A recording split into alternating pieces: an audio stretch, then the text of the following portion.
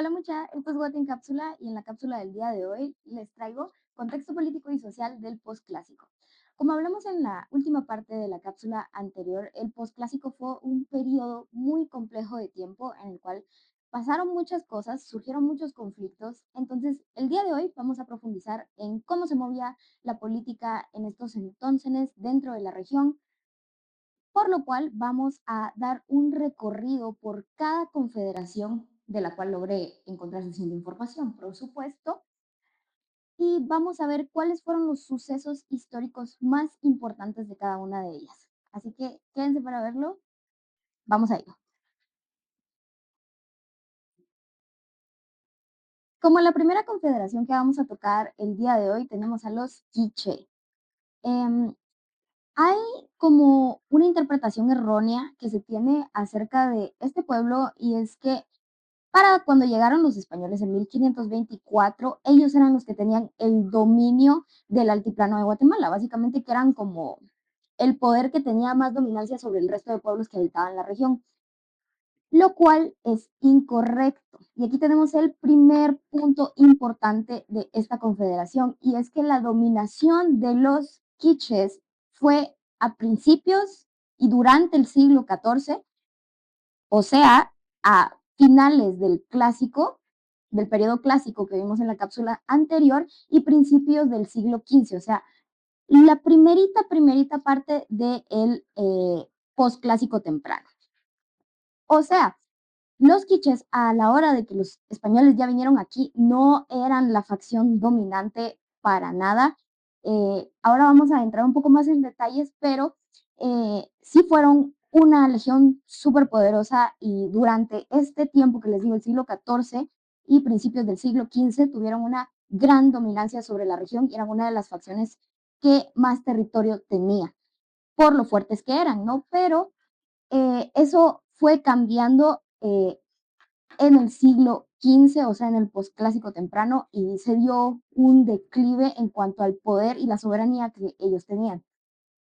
Luego, el segundo punto importante que tenemos aquí es que esta confederación fue fundada en el clásico por inmigrantes provenientes de Teotihuacán. Teotihuacán era una ciudad mexicana que tenía eh, una presencia militar y un poderío impresionante en la región mexicana, ¿no? Un sacerdote envía una tropa de enviados aquí para que se instalaran en la región, y también hubo ahí unos intentos de dominar parte de la región. Hemos visto y platicado de esto en cápsulas anteriores, por ejemplo, cómo Caminalcuyú cae bajo el dominio de Teotihuacán en algún punto, justo porque hubo estos intentos de invasión o de dominación del territorio por parte de estos pueblos mexicanos, pero envían esta delegación, y esta delegación termina quedándose aquí y fundando su propia ciudad y mezclándose con los mayas que ya estaban en el territorio, lo cual hizo que surgiera la Confederación Quiché. Esto es importante porque, como les digo, Teotihuacán era una ciudad muy poderosa que tenía especialmente buenos guerreros y buenas tácticas militares, por lo cual a la hora de que ellos se instalan en esta región y empiezan a ganar territorio y poder, y la población empieza a crecer dentro de este pueblo, gracias a esta herencia de buenas prácticas militares que ellos tenían, logran ser uno de los señoríos más poderosos de la región durante, les digo, el siglo XIV y principios del siglo XV.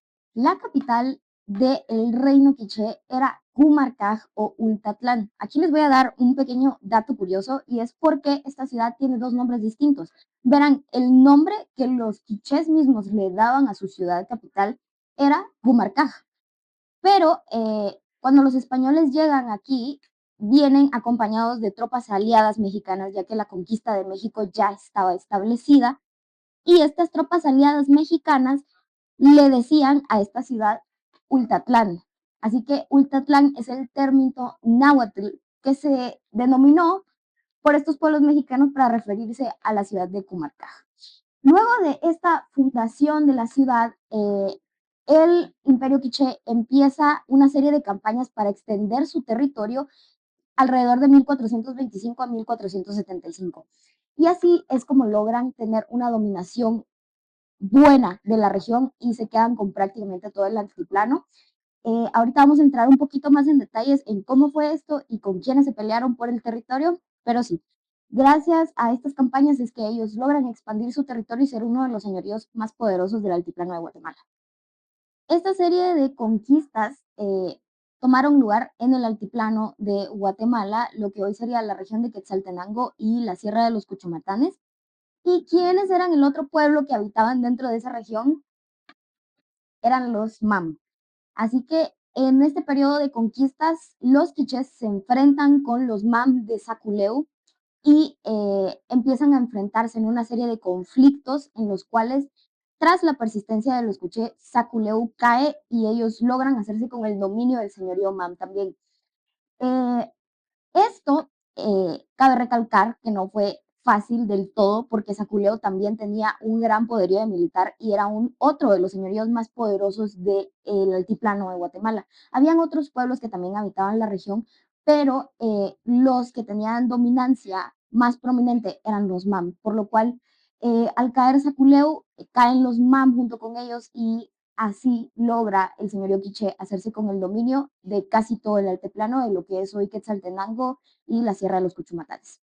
Pero bueno, para este punto podemos decir que la Confederación Quiché estaba en toda su gloria, eran uno de los señoríos más poderosos de la región, seguían expandiéndose constantemente y seguían teniendo conflictos con otros pueblos aledaños para dominar más territorio, ¿no? Pero ¿qué pasó para que esta confederación cayera y que para cuando llega Alvarado, ellos ya no fueran tan poderosos como lo fueron en los siglos XIV y principios del XV?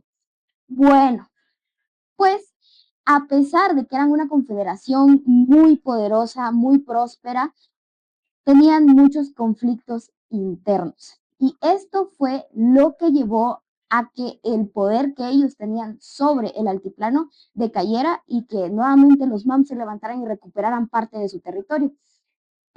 A finales del siglo XIV existe la primera rebelión interna entre los linajes que tenían el poder del señorío cachiquel, porque creo que todos tenemos como el concepto de que los señoríos se manejaban como monarquías.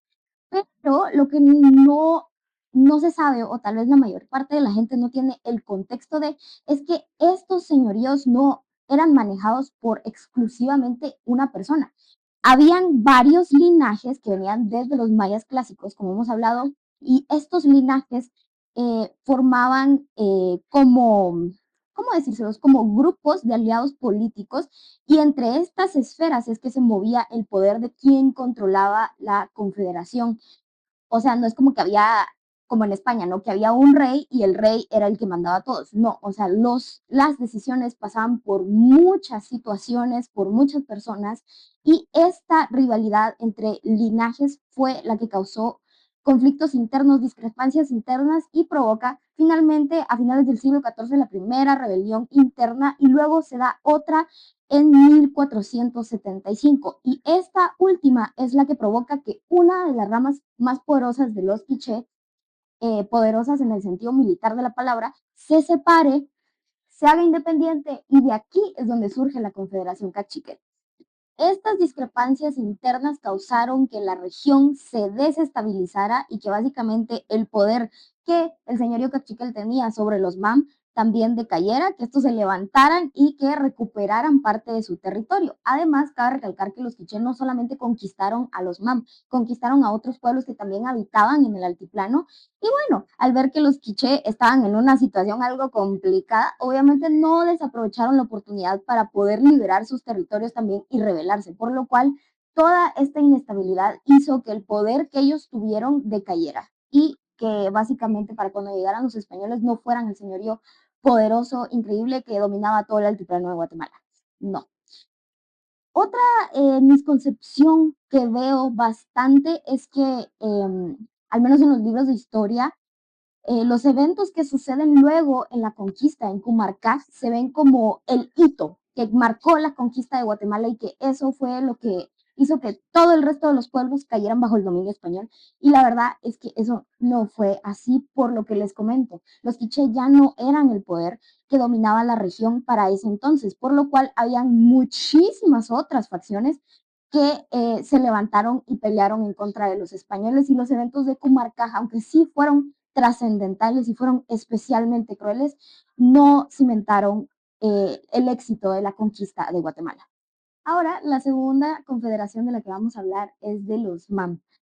Los MAM, como discutimos en el anterior segmento, caen bajo el dominio quiché a principios del siglo XIV.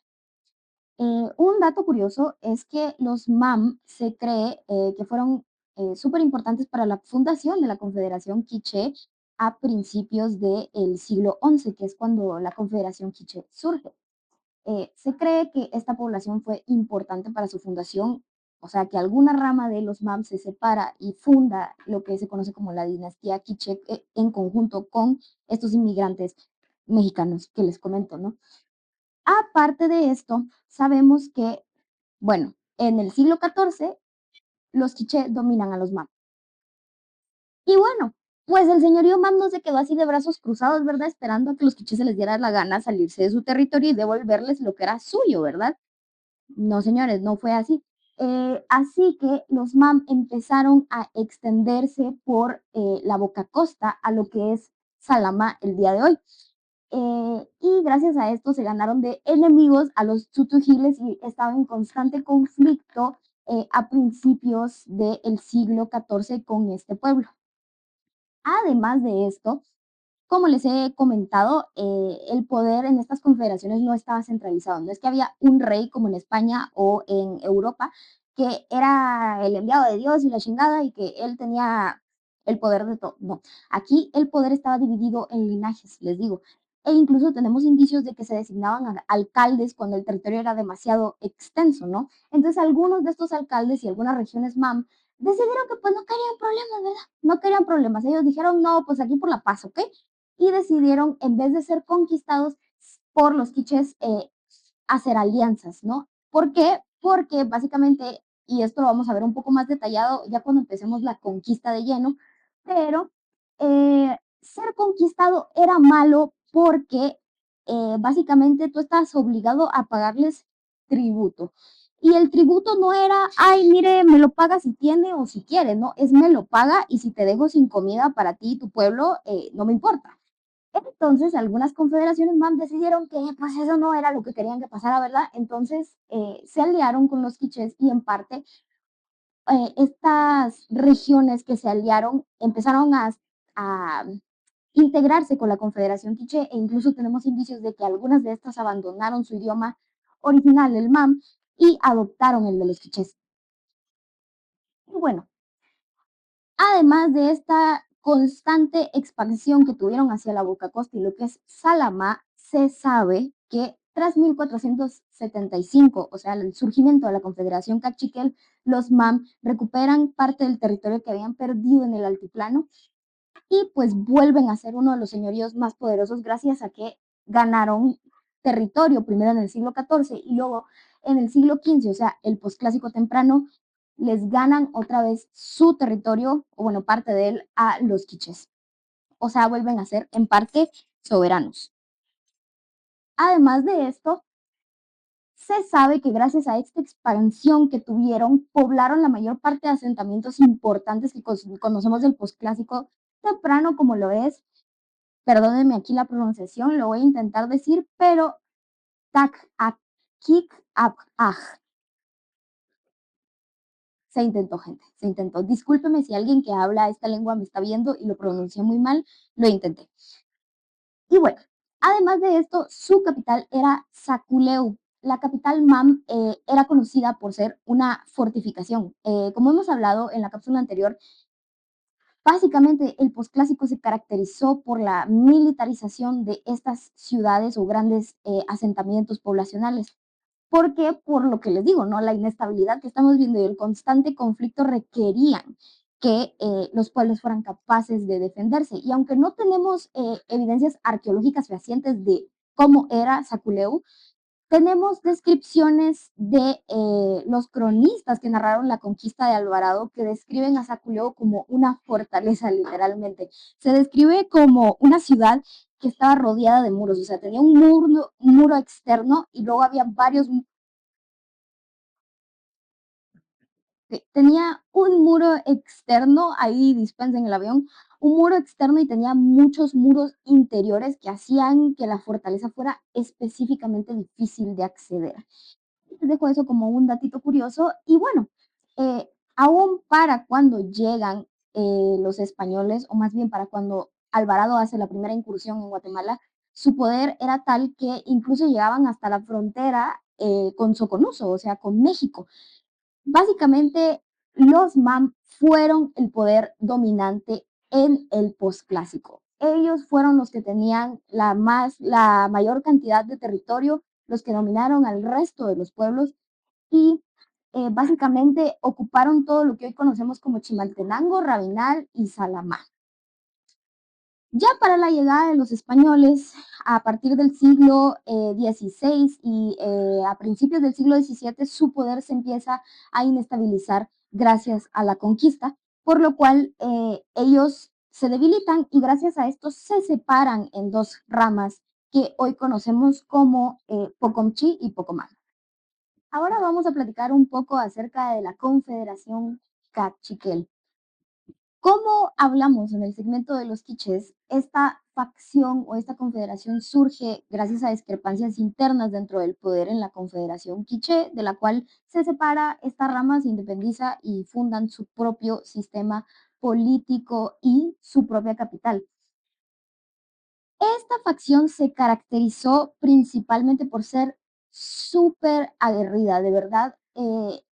Los cachiquel tuvieron conflictos con prácticamente todos los pueblos de Guatemala e incluso con algunos pueblos que habitan en lo que hoy conocemos como El Salvador. Enemigos a muerte con los quiché, los tutugiles y los pipiles principalmente. Esto va a ser de relevancia ya cuando entremos más a profundidad en la conquista. Pero como les digo, fue una facción que se caracterizó por el gran poder militar que tenían. Eh, Eran una confederación muy joven, ya que la Confederación Cachiquel surge casi a mediados del posclásico, o sea, casi entrando a finales del posclásico, que es cuando llegan los españoles. O sea, avanzaron y adquirieron muchísimo territorio de una manera súper rápida. Y pues eso, ¿no? Surge la capital, fundan su capital en 1478 y se extienden hacia el sur. O sea, los quichés están ubicados más o menos en el altiplano de Guatemala, ¿no? En la parte alta, y ellos migran hacia el sur, más en la región central, donde les hacen la guerra a los tutugiles y dominan para, cuando llegan los españoles, casi toda la región central de Guatemala. Como les dije, su capital la fundan en 1478 y esta se llamó Ixinché, la cual va a protagonizar muchos eventos importantes dentro de lo que es la conquista de Guatemala. Además de esto, cabe recalcar que sus enemigos a muerte, sus enemigos más poderosos y con los que más se pelearon y con los que menos se llevaban eran con los quiché. Tanto así que desde su fundación iniciaron una guerra que duró 11 años ininterrumpida. Uno de los documentos más importantes que se conservan hasta la fecha acerca de la historia de la Confederación Cachiquel es el Memorial de Sololá, e incluso este es uno de los documentos más importantes en cuanto a historia sobre la conquista de Guatemala, porque básicamente lo que es este documento es una cronología de eventos históricos que pasaron en esta confederación y aunque es un documento colonial, básicamente post-conquista, nos ha dado muchos indicios y detalles importantes acerca de todo lo que pasó en la conquista y sobre su historia. Y en relación con esta guerra que sostuvieron durante 11 años ininterrumpidamente contra los quichés, según ellos, ellos ganaron todas las batallas en las cuales se enfrentaron, aunque este hecho pudo haber sido exagerado porque este documento lo escribieron ellos, básicamente. Pero bueno, además de esto, y un dato que se me hace muy curioso y que también nos ayuda a tener un poco de contexto para lo que pasaría después a la llegada de Alvarado en 1524, es que la Confederación Cachiquel había sido fundada hace menos de 50 años cuando Alvarado llega a la región. O sea, eran una confederación súper, súper, súper jovencita que realmente tuvo un gran poder militar, lograron dominar gran parte de la parte central de Guatemala y tuvieron un crecimiento inesperadamente rápido. Fueron una facción increíblemente aguerrida y con un gran poder militar. Pero tener en cuenta que era una confederación muy joven también nos va a ayudar a entender lo que pasa luego a la llegada de Alvarado y por qué motivos o razones es que esta confederación se alía con los españoles para hacer que pase la conquista de Guatemala y cómo los cachiques también tuvieron un papel clave en lo que pasó. Ahora continuamos con lo que es la Confederación Tutují. Como verán, o tal vez se darán cuenta, hay una disminución significativa de la información que les traigo a comparación de las anteriores confederaciones que habíamos tocado. Esto, ¿por qué? Y esto también es uno de los datos más tristes, en mi opinión, acerca de todo esto, y es que de verdad la conquista vino a desaparecer la gran mayoría de documentos que existían sobre los pueblos del altiplano. Aún con la información que les di de las anteriores confederaciones, realmente es un poquitito de lo que realmente fueron todos los años del posclásico. Realmente nos hace falta mucha información y la mayoría de estos lienzos, porque eran lienzos, un dato curioso es que la manera que tenían estas confederaciones, estos pueblos de registrar su historia, no era una escritura común y corriente como nosotros la conocemos, sino que era iconográfica, o sea, eran pinturas como por ejemplo el lienzo de Cualquichoyan, que contaban la historia, ¿no? Y que tenían, por ejemplo, elementos que eran figurativos y otros que también hacían referencia a la geografía y a la ubicación de los hechos históricos, al igual que tenían una manera de clasificar el tiempo muy específica y habían ciclos relacionados con deidades, etcétera. Es todo un rollo que ya más adelante les explicaré mejor, pero tenemos registros de que estos lienzos existieron. El primero que tenemos que habla específicamente de la historia de Guatemala fue encontrado en México y les digo, es el lienzo de Cualquechoyan, que básicamente narra la conquista a partir de cierto punto y es eso. Estos tipos de lienzos, el lienzo Cualquichoyan no era el único que existía, habían muchísimos más que eran parte de confederaciones como la Tzutujil. Hablando más específicamente de ellos, tenemos registros de cronistas que hablan de que estos lienzos existieron, los tenemos como referencia, pero es simplemente de voz, de palabra, de terceras fuentes, pero realmente no tenemos acceso a la fuente original. Por lo cual, les voy a platicar lo poquito que sabemos acerca de ellos. Bueno, los Tutujil habitaron todo lo que hoy es Atitlán y la gran parte de la Boca Costa. Su capital era Tziquinajá, se llamaba Tziquinajá y está ubicada a las faldas del volcán San Pedro, en lo que es hoy Atitlán, ¿no? De los registros que tenemos por parte de otras confederaciones, o sea, menciones que se les hacen en el título de Totonicapán, por ejemplo, o menciones que se les hacen en el Memorial de Sololá, eh, nos hablan de que realmente no eran un pueblo tan aguerrido como los que hemos visto anteriormente, sino que probablemente no tenían una fuerza militar tan grande y por tanto se enfocaron más en hacer negociaciones con el resto de pueblos para asegurar su soberanía, pero de lo que sí tenemos evidencia es que ellos fueron dominados por los caciques la mayor parte del posclásico.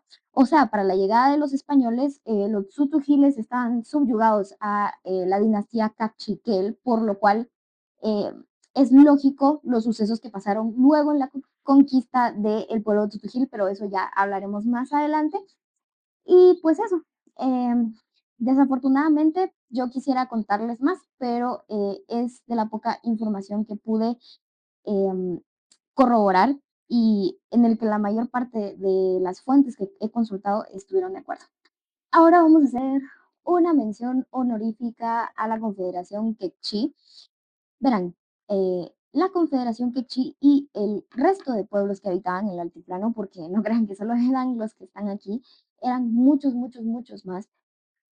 Pero, la verdad es que si tenemos poca información acerca de los principales de los que se conservan documentos y aún así tenemos poquita información, imagínense lo poca información que hay acerca del resto de pueblos que habitaron alguna vez el territorio guatemalteco y de los quechí también, ¿no?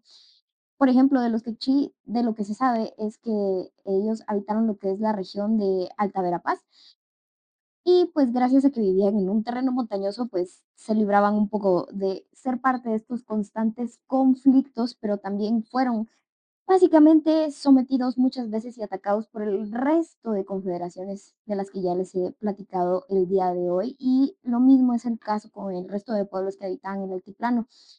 Ellos fueron los que acabo de explicar, los cachiquel, los quiché, los tutujil y los man fueron los principales actores del periodo posclásico. En cuanto a batallas por poder y por territorio. Estas confederaciones, como lo son la Quechí y otros pueblos que habitaron la región de Guatemala, eran muchísimo más pequeños y gracias al constante conflicto que había entre todos los demás, no tenían realmente una oportunidad de recuperarse, ganar territorio o avanzar como sociedad. Porque básicamente había un despapalle, señores, había un despapalle aquí entre todos ellos, todos estaban peleando con todos, se estaban agarrando del pelo, así como estos muñequitos de aquí abajo. Y a pesar de que estas confederaciones, de las que sí tenemos más información, eran poderosas, y gracias a ello también su historia sobrevivió, aún así, gracias a este conflicto constante que estaba pasando en este periodo de tiempo, no pudieron avanzar ni ser una potencia militar comparable a, por ejemplo, las ciudades grandes de México, como lo son Tenochtitlan, por ejemplo. No pudieron llegar a ser alianzas fuertes y por lo tanto, al estar todos peleados entre todos dentro del altiplano, que eso generó un vacío de poder. Básicamente, nadie tenía los medios con los cuales contrarrestar una invasión extranjera. Nadie tenía, ninguna confederación era lo suficientemente poderosa como para derrotar a los españoles ellos solos. Em, Se sabe que Pedro Alvarado usó mucho la política de divide y vencerás y los pueblos que llegó a encontrar dentro del altiplano de Guatemala ya estaban suficientemente divididos, ya había suficiente conflicto y resentimiento entre estos pueblos como para que no decidieran aliarse. Porque eso lo vamos a ver ya cuando entremos en la conquista, pero realmente Pedro de Alvarado no tenía un ejército que tú digas, uy, qué bárbaro, qué gran ejército. La verdad es que no. Gran parte del avance tan rápido que tuvo la conquista de Guatemala fue gracias a que los cachiqueles decidieron aliarse con ellos para enfrentar a todo el resto de pueblos del altiplano y actuar más o menos como co-conquistadores. Que bueno, si le salió o no, eso ya es tema para otro video, pero gracias a este vacío de poder que se generó en la región fue que Pedro Alvarado pudo llegar a imponer básicamente su ley, sin que nadie pudiera hacer demasiado para detenerlo, justo porque ya había suficiente conflicto dentro de la región. Entonces, era súper complejo el sistema de política que teníamos aquí antes de que llegaran los españoles. Y si alguien les dice que no, es mentira, señores. Ustedes pueden ir a checar aquí en, en capsulaguate.com.